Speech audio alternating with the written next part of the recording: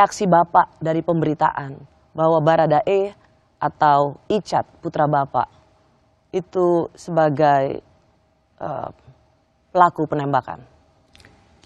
Saya kaget, Pak. Saya kaget dilihat di televisi, maka kita sampai pulang kerja sore hari jam 5 kita pulang kerja. Saya tanya sama mamanya Icat, dia bilang, itu kejadiannya ada itu di rumah dinasnya Pak Sambo. Nah, tahu dari situ. Langsung menangis. Langsung menangis. Langsung WA sama dia. Dia cuma jawab, ya ini cuma masalah kecil katanya. Masalah kecil. Tidak apa-apa. Karena dia mungkin dia tidak mau sampaikan menjadi beban kita berdua. Jawaban Icat jadi beberapa hari setelah kejadian itu, iya. Ini masalah kecil. Masalah kecil. Tapi kenapa Bapak menangis? Karena menangis. Karena kita kan tidak terbiasa dalam hal yang dalam kasus-kasus yang begini. Takut. Rasa takut yang lebih tinggi. Apa yang Bapak takutkan?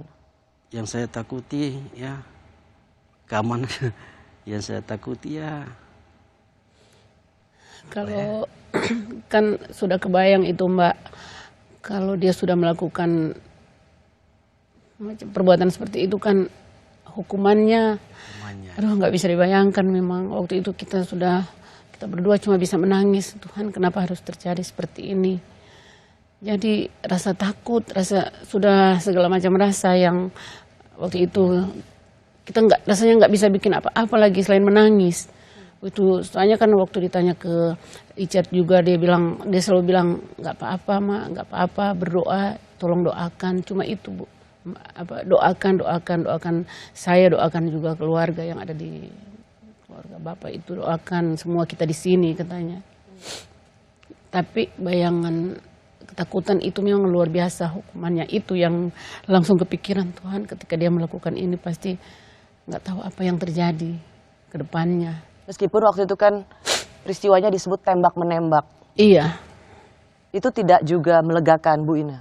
Enggak melegakan karena di dalam hati itu masih belum yakin dengan kebenaran berita itu. Jadi kita masih ragu-ragu apa ini memang betul-betul tembak-menembak atau jadi masih belum ada kepastian dari Richard sendiri kan.